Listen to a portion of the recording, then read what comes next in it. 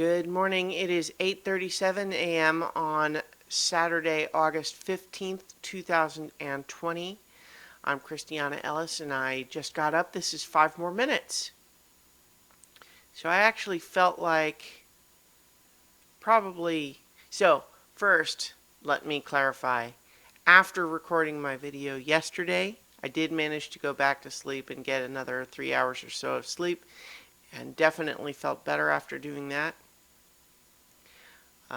That said, again, right now as I record this, I feel like I could use a few more hours of sleep.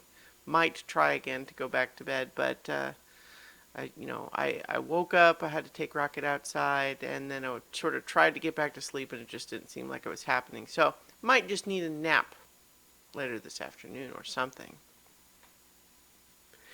But definitely felt better after getting some sleep. So, one of the things that I am excited about today is that tonight is going to be session 2 of my Burnbright game, which is this tabletop role-playing game that I've talked about a few times. It's all science fantasy and everything, and so if you missed it, we did the session 1 already, and that's available at my site with both video and audio podcast versions if you wanted to see the very beginning of that story. I know it's a 4-hour session, but that's how these things go, these actual plays. But I am really excited for session 2, not only because session 2 is probably going to start actually getting the characters into a spaceship, maybe doing some spaceship combat, which is something that doesn't really happen much in Dungeons and Dragons. I mean, it could, I guess, but in any event, looking forward to that. Feels pretty good. And I actually just spent a little bit of my brain energy this morning before doing the video kind of talking myself through the mechanics of how a specific ability works in that game. Because here's the thing, that one of the playable species in this game is what's known as a Piececraft, which, if you imagine the old cartoon Transformers, right? Like what the Transformers look like in that game, that's kind of what the Piececraft look like. And they don't turn into vehicles, but they all do have like a little cockpit where a pilot can ride around in them. And there was some question, as far as I'm concerned, with the way the wording is written when it describes what the characters can do when they are combined that way.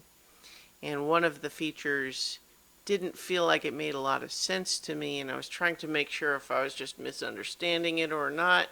And it turns out that the thing that didn't really make sense, because the question, this is very nerdy stuff for anyone who otherwise wouldn't pay attention to this.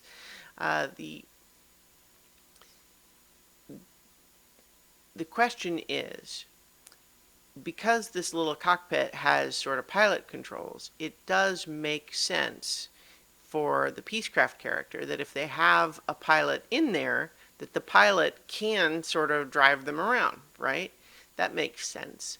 But the question became, does this Piececraft character, who can move around on their own when there's not a pilot present, when there is a pilot, does that mean that they can't move and only the pilot can control? That didn't feel 100% right, and I was trying to figure out why that would be, but it turns out that there is actually a special ability you can get that does let you move with, and not be entirely reliant on the pilot, which does suggest that the intent of the original ability, without that extra, is that you can't. Now, I do like, in fiction, from the perspective of it being a little weird, the idea of, you have a character who is a sentient robot and he's like, here, come get inside me, right?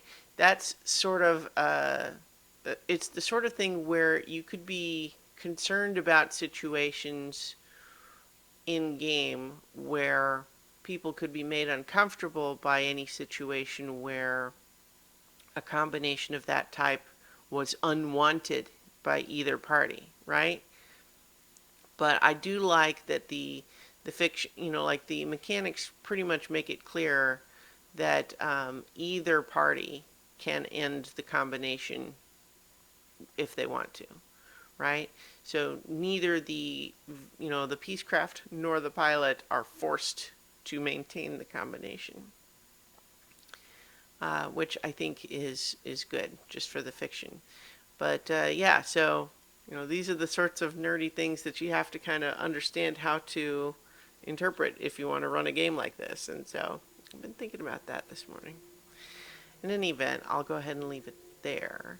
So I'm tomorrow is Sunday, which means I'll be continuing my rewatch of The Legend of Korra, which is now available on Netflix, if anyone wants to watch along. And one quick note that I'll say about that too is that there's a tendency when something's on something like Netflix to want to just binge through it. And honestly, as I've been going through the rewatch, sometimes that is a temptation for me too, is to want to go ahead and do more than one episode in one sitting. But I do feel like I gain something from spacing it out kind of more deliberately and giving myself time to really think about each episode. But yeah, so tonight live stream is episode 2 of Burnbright, and I would go ahead and say that if you're interested in this science fantasy game, you don't have to have watched episode 1. We'll do a quick recap, and we're pretty early on still anyway, so you don't have to have seen session 1. But yeah, that'll be streaming live tonight, and then there will be video and podcast versions later. And then tomorrow, Mike and I are going to be doing our next episode of Watching 100 Movies, where we'll be talking about Gone with the Wind and Singin' in the Rain. So, in the meantime, I'll talk to you tomorrow for 5 more minutes.